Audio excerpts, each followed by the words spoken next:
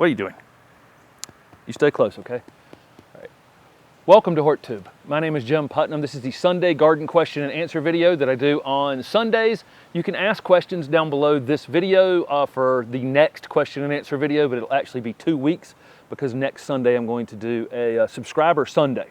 And you can send in photos of things in your landscape that you're proud of to this email address right here, horttube@gmail.com, and just attach a photo to the bottom of it. Don't attach, please, don't attach like 10 photos because it downsizes your photos and they're not quality photos. So please take 1, maybe 2 photos of things that take a good one. And turn your phone sideways. This is another thing I forgot to say last time. YouTube is a widescreen format. And so if you're taking your photo with your phone up and down, it won't fill up the whole screen. So I want your photos to really show off in a widescreen format, and again, so that they're not downsized in quality. Just send one, and pick a good one. So next Sunday will be the subscriber Sunday, and then the next week will be Q&A again. So you can ask questions down below this video and next week's video, and I'll pick from those for the next one. The questions the answers or questions for this video were from last week's. Thank you for participating and following along with the channel. I've put up several videos this week, a second pruning video, tour video from here. I can't remember what else. I think I put up one more from Ram's beautiful garden. I still have 3 videos from that. I still have Jeremy's video from the stone project to put up. I've got 2 videos. I did 2 landscape installations this past week, so I have, which is part 4 and 5 of that landscape rehab project here in Raleigh. Those will go up soon, and a couple others too. So there's a lot of videos in the queue to go up, and I'm still have lots going on here. And I have another pruning video as well. So lots going up. So let's get to some questions from last week. One question was about female dogs and your grass. They will definitely, if she pees on this turf back here, she will yellow and kill sometimes spots in the grass. Typically, before you see her out here, I will take her over to the side lot over here and she doesn't have to be on a leash. Griffin has to be on a leash all the time. She doesn't have to be on a leash. She'll follow me out there, pee, and then I'll let her out here, hoping she'll probably pee right behind me after I say this in this video. But I try to discourage her from peeing on the turf because she will kill it. If I see her pee on the turf, I'll go grab the water hose or a little bit of water, and I'll just pour some over the top of it. Typically, that prevents it from actually harming your lawn if you can water it down really quickly. But that's the nature of having a female dog. If they do their business on your lawn, you're going to have damage. To me, it's better to have a dead spot in my lawn than a dead spot in my shrubs, which Griffin will do by raising his leg on things. So, everything's a trade-off, right? Lots of questions about things not leafing out here. We're almost June at this point by the time you see this video. I figured this was going to be the case. That freeze we had back in middle March, which was March 13th here. It may have been a day sooner for somebody watching, a day later for somebody watching, but for me, the night of March 13th, it was devastatingly cold with a wind. The temperature wasn't actually that bad, but we had that terrible wind, and I've talked about it a bunch of times. But there's lots of questions about things that haven't leafed out or things that are leafing out halfway down, plants that have been killed back halfway. I would have expected a lot of that. It was so late. By the time we get to March 13th, things like red buds, early flowering trees. This particular question I had written down was somebody had 2 red buds. One is a regular branching upright red bud, and the other one's a weeping red bud, but both of them have been killed about halfway back. Your taller branching one, I would just cut the dead down to the spot where it leafed out and just see what it does. You may have to select some different limbs as time goes on to figure out which leaders you want to keep. But that one will be easy to fix. Your weeping red bud, like the gold one that I have directly behind me, you really do need to take a branch, a leader, and start to go back up again to gain some height. You won't gain any more height in that plant than it is today if you don't train a new leader upright. So, that's the only bad part about having a weeping plant, killed halfway back, is it's kind of got to be, a trunk has to be reestablished, and then once you get it to the height you want, you can just, from there, just let it go. But that one will have to be redone. Somebody has Fungusgnats. They planted some ranunculus in containers, and I planted ranunculus in containers here, outdoors. They did them in their garage, ended up with Fungusgnats. You know, if you definitely, you know, watering can be an issue where you end up with Fungusgnats. You can have Fungusgnats in your house. I'm sure almost everybody watching's had some experience, if they have houseplants, with Fungusgnats and how annoying they are. Really, at the end of the day, it comes down to watering. You want to get those things outside that have Fungusgnats when it's warm outside, and then, you know, back off on the watering as much as possible. The ones that have gone in the ground, that's solved. Even if it continues for a little while, typically it'll be solved in the ground. But in your inside spaces, you know, you can try something like inside, you know, some sort of soap. You know, Dawn dishwashing liquid in a little water will help sometimes with some of those things, those sticky traps, that kind of thing.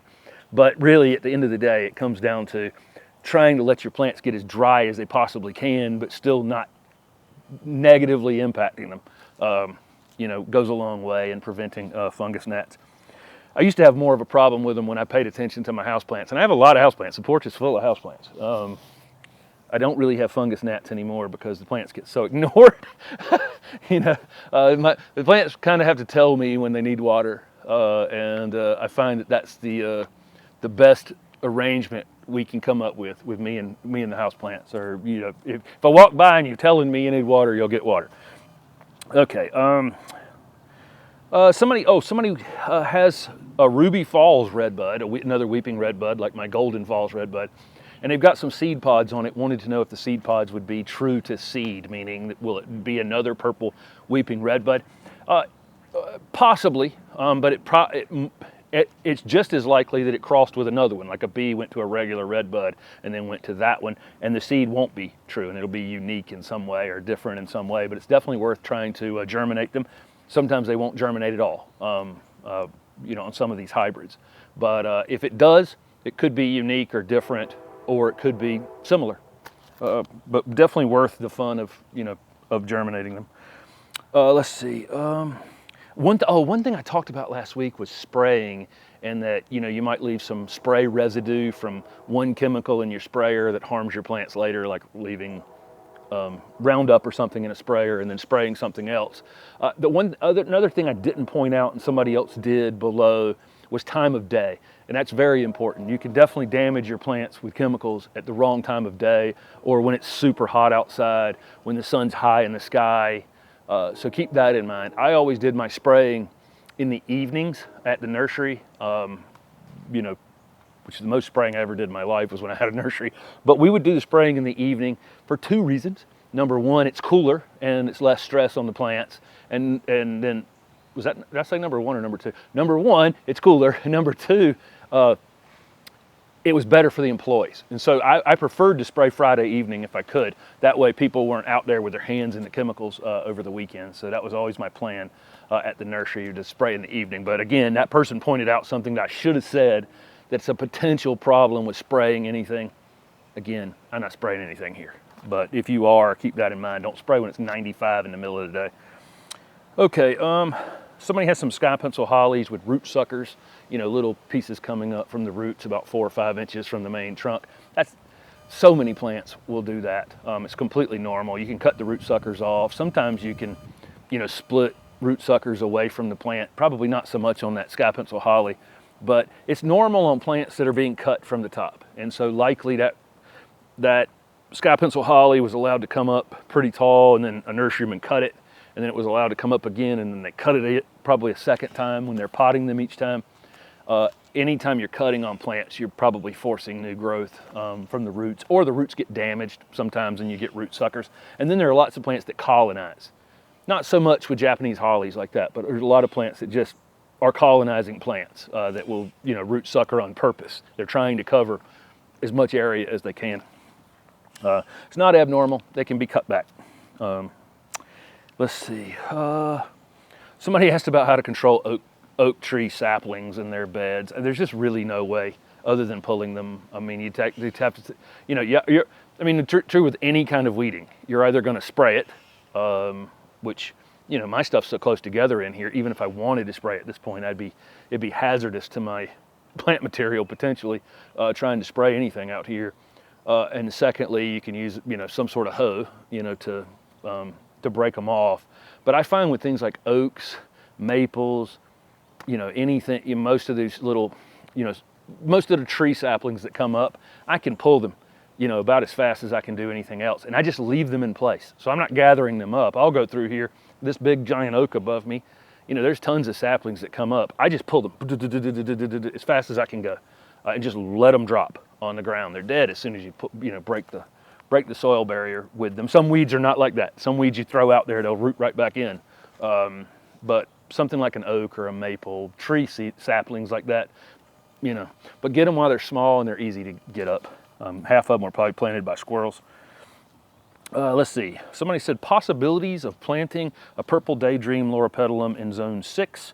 Definitely plant one. I doubt it'll survive the winter though, unless, you know, it's one of those things where it may survive the first winter because we just don't have very much of a winter, but you'll eventually get a winter that will harm it or kill it.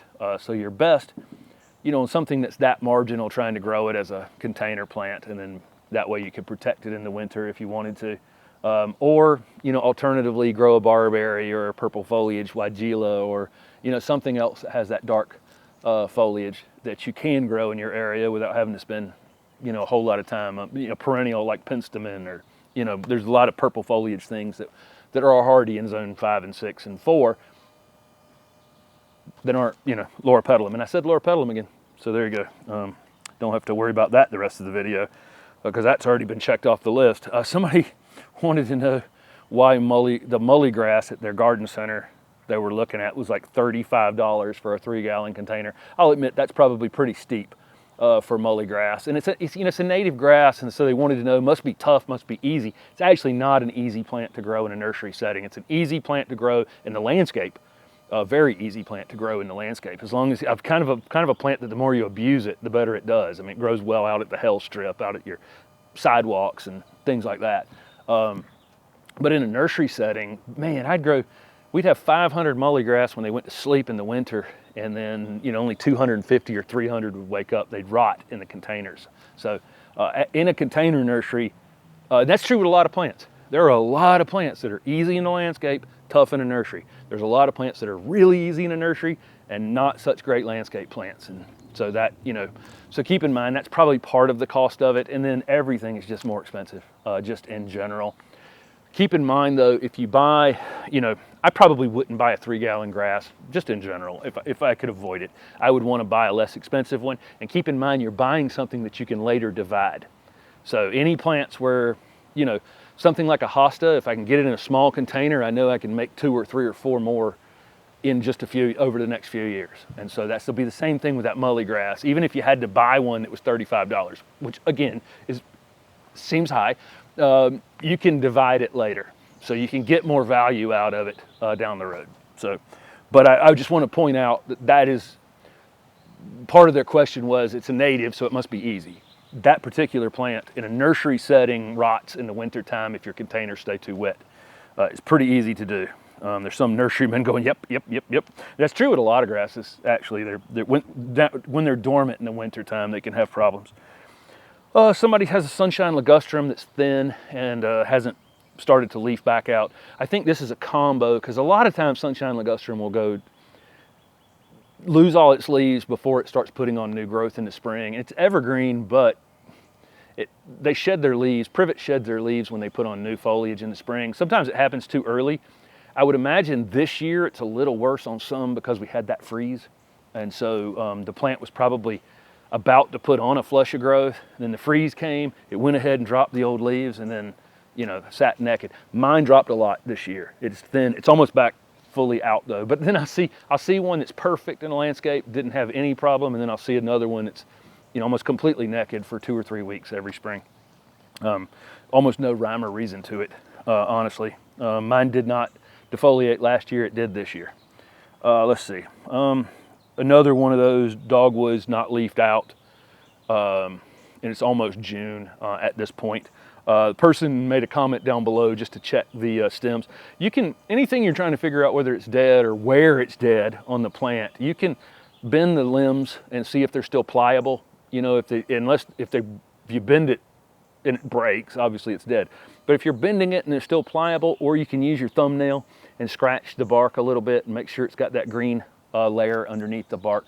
That's the best way to check and see if things are still alive, and then you'll have to cut it down to that point where it's alive at some point. But I would give things, you know, another week or two. I've seen winters like this and springs like this before, and you know, you'll be surprised. She's laying down over there I think she's looking at rabbits on the other side of the fence in the little alleyway out there. But I've seen it be almost June before things leaf out.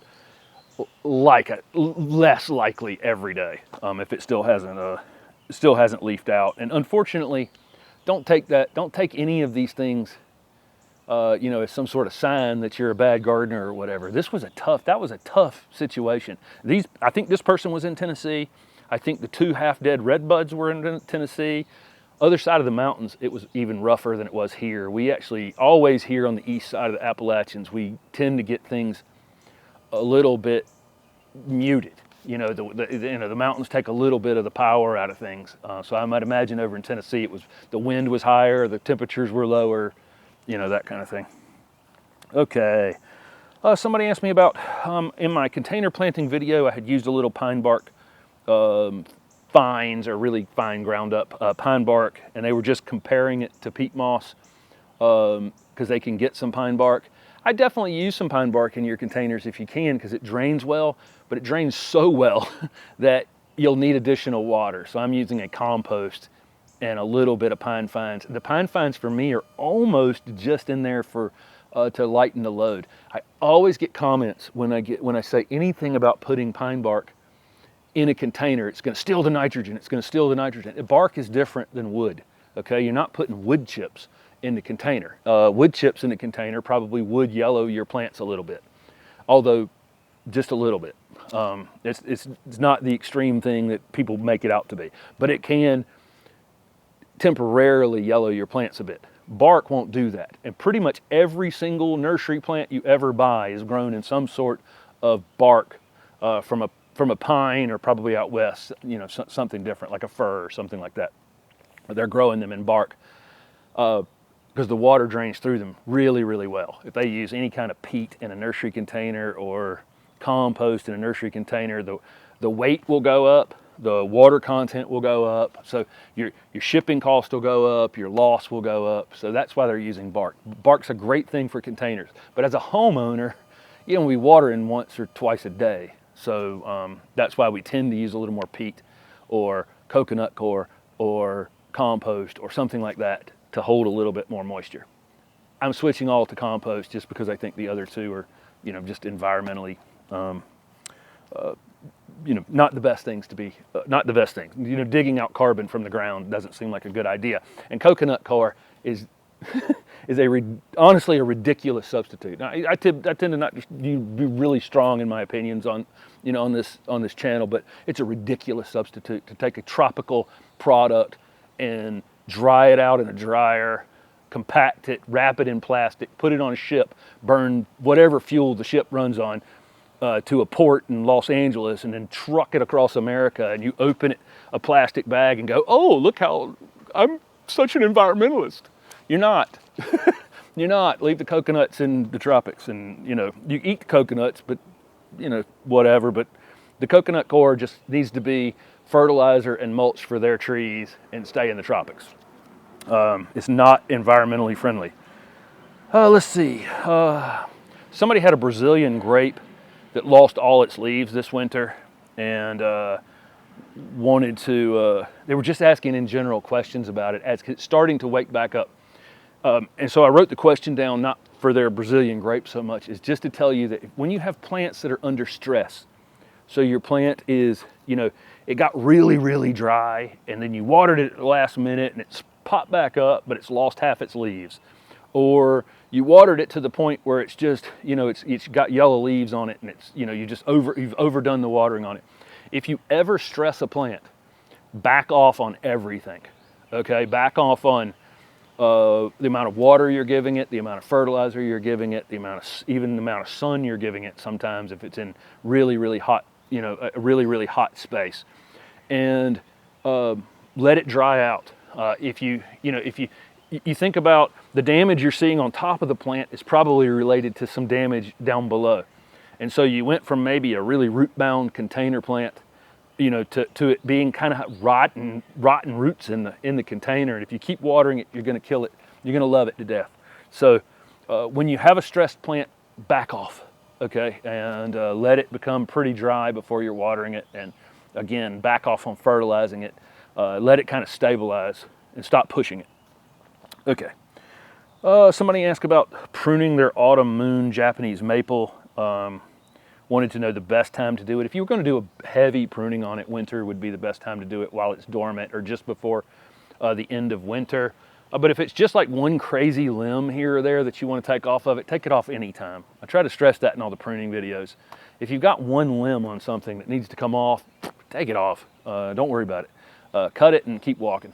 No big deal. But general pruning on a Japanese maple like that, I would probably do when it's dormant. Okay, I got a question about somebody's in zone 7B wanted to know about growing grafted fruit trees, and they said they'd asked the question 3 times. Sorry, I hadn't seen it. There's so many questions on these things. I wrote down 22 or 23 today, and I'm sure I'm missing a ton. There's just, thank you for your participation, everyone, because it gives me the opportunity to answer some slightly different questions on a week-to-week basis. Wanted to know what, people grow fruit trees here in zone 7B where we are in central North Carolina down through, part of South Carolina and up to Virginia Beach, and Virginia Beach is actually 8A, I think, but up through, east of Richmond and that kind of thing. There's lots of fruit trees, but you won't see as many commercial fruit growers through this little band. You see a lot of the fruit grown, like peaches are grown south of Southern Pines in North Carolina, down through South Carolina and into Georgia, and then back up in the mountains. You don't see many grown here, and I think we're in a weird frost pocket where we tend to have things leaf out, tend to have early flowering things flower, and we have lots of frost. And so I don't know if that's the challenge of it, is the reason we don't see it here. But again, I can go up to the North Carolina mountains and find all the peaches in the world, then skip the entire Piedmont and get down to the sandhills and find tons of peaches. Could be soil conditions as well, the clay soils, but they have clay soils up in the mountains, but it's pitched. So maybe that's the difference. But we really don't have any commercial fruit here other than some blueberries. So you just don't see it as much here. But lots and lots of people, plant fruit trees here, and they have some success with, again, peaches bloom super early here in the Piedmont of North Carolina, and they get whacked by frost. So be prepared to cover them, protect them in some way. And then apples and pears, lots of them. And then they want to know about espaliering them. And you can, just ask your local garden center. You can buy fruit trees that are espaliered already, meaning they're just kind of grown flat to something. They're, almost grown look like grapevines the way they grow them. Your local garden center should be able to supply you with those things. Don't expect, you will spend more on fruit that you're trying to grow at your own house than it will cost you to buy it from somewhere else. That's pretty much the case. I grow lots of food here. A lot of food here. I grow a lot of my own calories in this landscape, but I don't have anything other than blueberries and figs for fruiting plants. I may be wrong.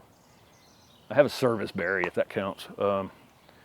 I may have something else out here, but for the most part, I don't have it. There's not an apple or a pear or a peach or anything out in this landscape. Just from my experience with it over the years here in this area is, they don't seem to like it all that much. But there's a lot of them sold, a lot of them being bought, and I'm sure somebody's very successful with them. But it just seems like a lot of inputs for very little yield. That's up to you. But yes, you can grow them here. I don't know why I just spent that was a lot of words, wasn't it? Okay. Somebody asked about if we made daylight savings time permanent, how would that affect gardening? Well, it wouldn't change the length of the day. The length of the day is still the same, obviously. But in terms of, it would be nice to get home and still have some light outside so you could see your garden, right? You'd leave in the dark in the morning, get home, there'd still be at least 30 minutes of light. You wouldn't be driving home in the dark.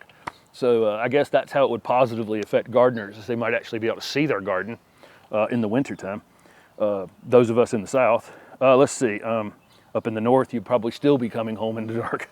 Let's see, somebody's hibiscus wilt, their perennial hibiscus wilt before it blooms each year. It's been in the ground about 6 years, or the last 2 years. Last year it wilted before it bloomed.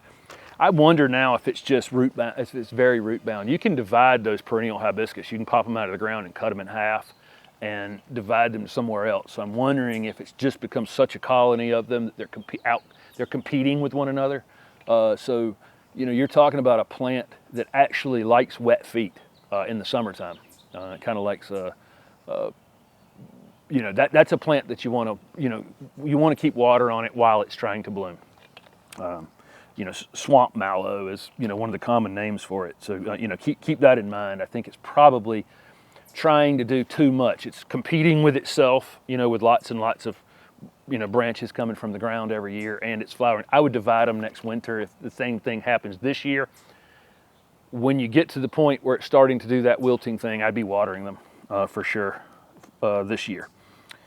Somebody asked about, since they read that hydrangeas need acid soil, and is it okay to plant other things that don't need acid soil or do need acid soil with them?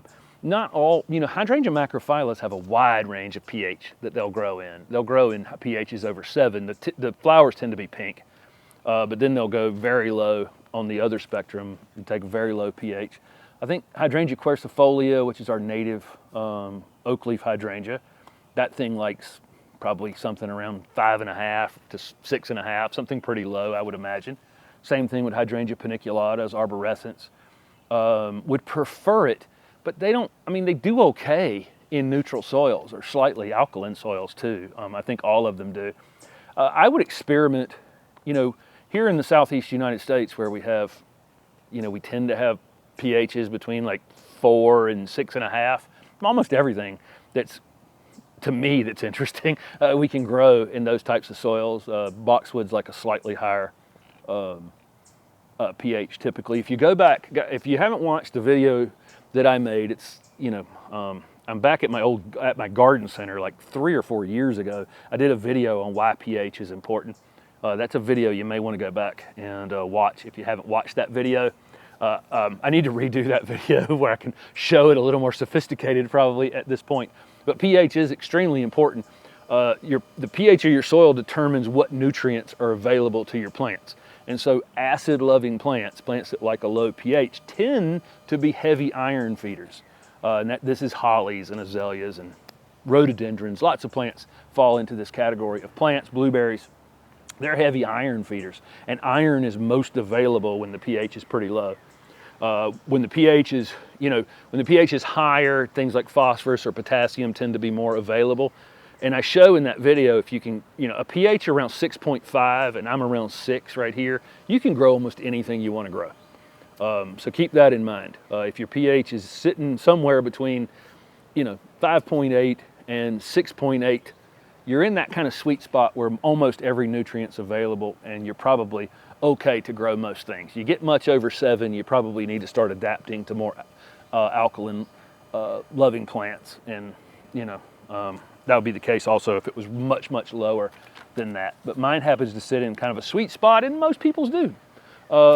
And it doesn't matter what you can try anything. If you're seeing leaves off-colored for different reasons, various reasons, that can be nutrient deficiencies. Those nutrient deficiencies are sometimes, not always, sometimes they're related to overwatering and other types of soil issues, but most of the time it's some sort of nutrient deficiency related to, you know, that nutrient's either literally not in the soil, or it's in the soil and it's not available to the plants because the soil pH is not in the right range for that nutrient to be available. But go back and watch that video. I think it'll shed some light on why pH is actually an important thing in gardening. Okay, somebody wanted to know how to keep the birds off of their tomatoes. Birds will come after your tomatoes pretty hard if it's, especially in a dry summer. I definitely want to have something in your yard that the birds can drink from. So you know, some sort of supply of water for them will probably help them not come over and peck holes in your tomatoes, because it's just an available source of water for them. And of course, you can always cover them with some sort of bird netting that's readily available on Amazon or any garden center you go to. You can throw some bird netting over them while once your tomatoes start maturing. But again, give them somewhere else to get water, and they'll likely be less likely to be in your tomatoes. Let's see. Somebody asked if something's digging up their annuals. Wanted to know what it might be. Definitely chipmunks or squirrels. I mean, I've got chipmunks out here. Well, I got an infestation of chipmunks this year. That owl, if you follow me on Instagram, I put up a photo of an owl on top of the building back there. I need that owl to put in some hours. In fact, I'll pay him to put in some hours. Whole neighborhood's overrun with chipmunks right now. It was kind of a low chipmunk year last year. This year's chipmunks everywhere. And they're digging. And a lot of what the squirrels are doing is they're trying to dig up all the nuts that they buried in the fall, all the acorns and pecans and everything else they buried. They don't even remember where they buried them. They spend the whole fall in the winter burying these things, and then they come back to find them and can't find them. They dig up your annuals. It is a pain. I have had to probably replant 25 to 50 annuals since they've been planted. Once they're rooted in the ground, they're okay. But initially, yes, because you're disturbing the ground there, they're like, oh, this might be one of my spots. And I think that's what they're doing there. Or they're burying something else. They'll probably be making weeds for you. Let's see. Somebody asked, they got hybrid asters of whatever kind. So a named variety of sunflowers, a named variety of zinnias, dahlias, whatever it is. And wanted to know if the seeds would be true to seed. So if you collect the seeds on them, will they be the exact one? So if you had like a pale yellow sunflower, would the seeds off of that sunflower be that same one?